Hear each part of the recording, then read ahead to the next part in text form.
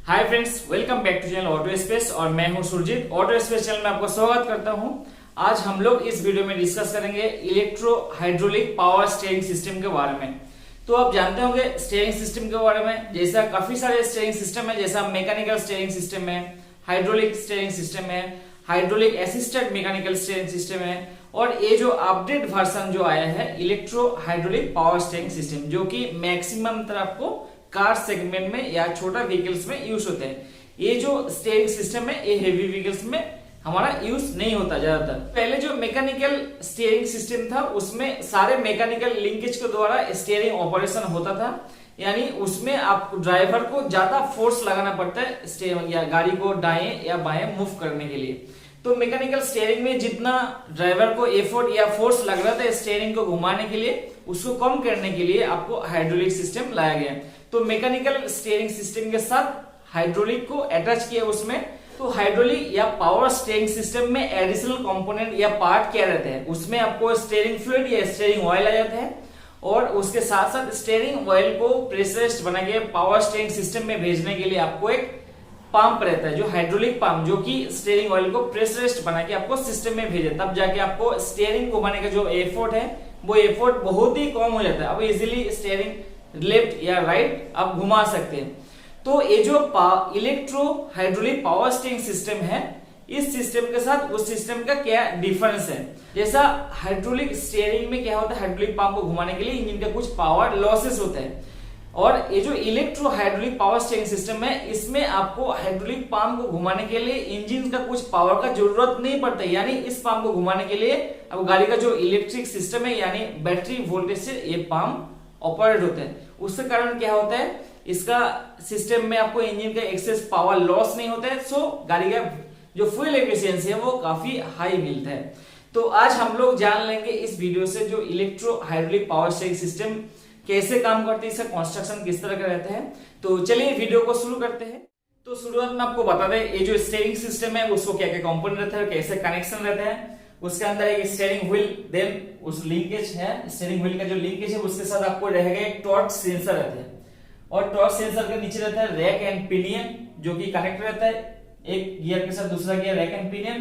Then rack जो है उसको असिस्ट करने के लिए यहाँ पे एक हाइड्रोलिक सिलेंडर दिया हुआ है, और रैक के साथ एक पिस्टन फीड रहता है अंदर। और ये जो हाइड्रोलिक सिलेंडर है इसको पावर सप्लाई देने के लिए, यानी फ्लूइड के जो प्रेशर है प्रेशर देने के लिए यहाँ पे एक हाइड्रोलिक पंप दिया हुआ है, और हाइड्रोलिक पंप का नीचे है स्टीयरिंग ऑयल का रिजर्वर, और ये हाइड्रोलिक पंप को ड्राइव देने के लिए रहता है एक डीसी मोटर, जो कि बैटरी के वोल्टेज से चलता है। और ये डीसी मोटर का जो वोल्टेज है उसको कंट्रोल कौन करता है, वो है इलेक्ट्रॉनिक्स कंट्रोल यूनिट, जो कि एक सॉफ्टवेयर बॉक्स जो गाड़ी में रहता है। वो इलेक्ट्रॉनिक्स कंट्रोल यूनिट उसको कमांड देता है जो कौन सा टाइम में पंप को चालू करना है और कितना प्रेशर देना है, वो कंट्रोल करता है आपको ईसीयू, इलेक्ट्रॉनिक्स कंट्रोल यूनिट। तो ये जो ईसीयू है, तो इलेक्ट्रॉनिक्स कंट्रोल यूनिट को भी कुछ रेफरेंस का जरूरत पड़ता है। वो रेफरेंस के लिए यहाँ पे आपको टॉर्क सेंसर लगा है, ये जो रेड कलर की है वो है टॉर्क सेंसर। तो ईसीयू का टोटल 3 रेफरेंस का जरूरत पड़ता है। जैसा आप स्टीयरिंग व्हील को राइट और लेफ्ट घुमा रहे हैं उस समय आप कितना फोर्स से घुमा रहे हैं, वो torque sensor.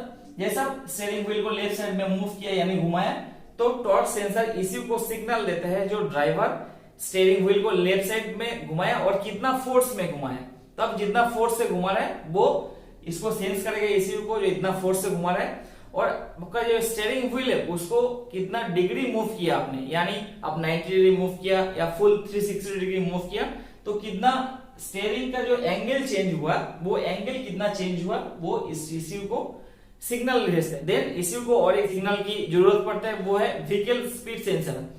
Vehicle speed sensor से ईसीयू को ये पता चल जाए हमारा व्हीकल कितना स्पीड से मूव कर रहा है। ये तीनों रेफरेंस लेके वो कैलकुलेट करते हैं जो हमारा जो यहाँ पे हाइड्रोलिक पंप को घुमाने के लिए जो मोटर है उसमें कितना वोल्ट सप्लाई करना है, यानी उसको कितना आरपीएम में घुमाना है और कितना टॉर्क में उसको घुमाना है। तो जैसा हमारा स्टीयरिंग आप लेफ्ट साइड में इसी तरह मूव किया, लेफ्ट साइड में मूव करने के बाद आपको जो स्टीयरिंग व्हील का जो रॉड है वो भी मूव होगा। मूव होने से जैसा मैंने बताया वो ईसीयू सिग्नल, वो टॉर्क सेंसर ईसीयू को सिग्नल भेजेगा जो कितना डिग्री स्टीयरिंग जो मूव हुआ है और कितना टॉर्क से वो मूव हुआ है, यानी टॉर्क कितना लगा है। तो जैसा ईसीयू को सिग्नल मिल गया और यहाँ पे व्हीकल स्पीड सिग्नल मिल गया, तो वो डायरेक्ट आपको तुरंत कमेंट देगा, आपको जो मोटर है वो मोटर को वोल्टेज सप्लाई करेगा, जो आपको कितना स्पीड में और कितना टॉर्क में घूमना है। जैसा ये सप्लाई होगा मोटर घूमने लगेगा, तो मोटर के साथ पंप फीड है, आपको स्टीयरिंग व्हील का जो पंप है वो भी फीड है, वो भी घूमने लगेगा, बट उसका जो डायरेक्शन होगा वो कंट्रोल करेगा आपको ECU।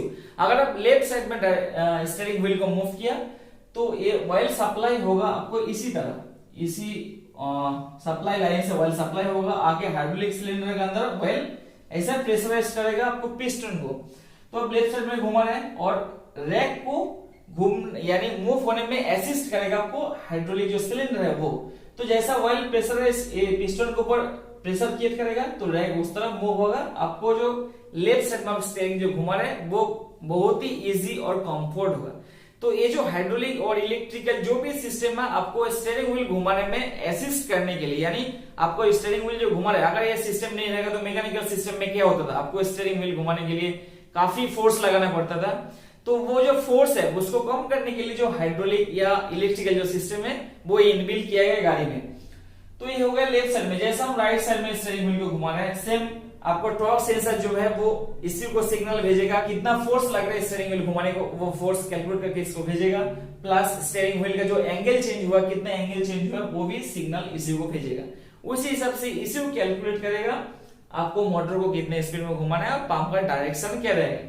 तो उस कंडीशन में पंप इस लाइन से आपको डायरेक्शन रहेगा, ऑयल फ्लो रहेगा इस साइड से, तो क्या होगा प्रेशराइज्ड ऑयल सिलेंडर के अंदर इस तरफ से प्रेशर क्रिएट करेगा पिस्टन के ऊपर और रैक को आगे साइड में मूव होने से मदद करेगा।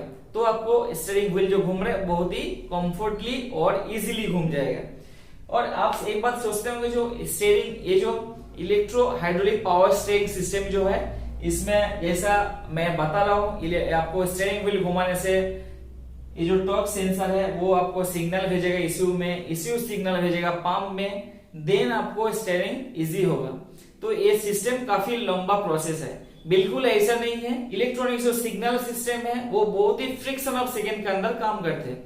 जैसा मूव किया तो फ्रिक्शन ऑफ सेकंड, 1 सेकंड भी नहीं लगता, ये जो मैंने बताया इतना काम शुरू होने में बिल्कुल समय नहीं लगता है।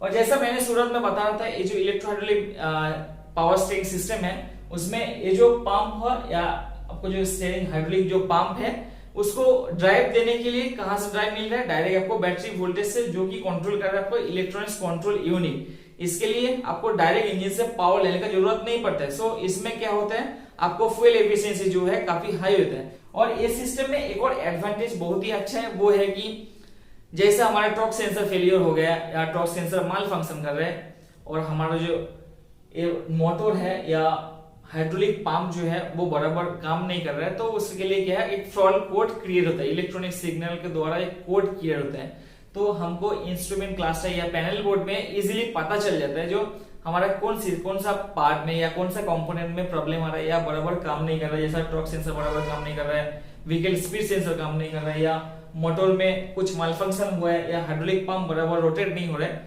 तो वो डायग्नोसिस करने के लिए हमको बहुत इजी होगा। और ये सिस्टम जो है मैक्सिमम तरह कुछ ऐसा मैंने बताया कार सेगमेंट में यूज होता है, आपको राइड जो है बहुत इजी और कंफर्ट बनाने के लिए। I hope electro hydraulic power steering system के बारे में आपका डाउट क्लियर हो गया, कैसे काम करता है, किस तरह के अरेंजमेंट किया जाता है। अगर वीडियो अच्छा लगे जरूर वीडियो को ज्यादातर लाइक शेयर करना और चैनल को सब्सक्राइब करके बने रहिए हमारे साथ। Thank you for watching the video.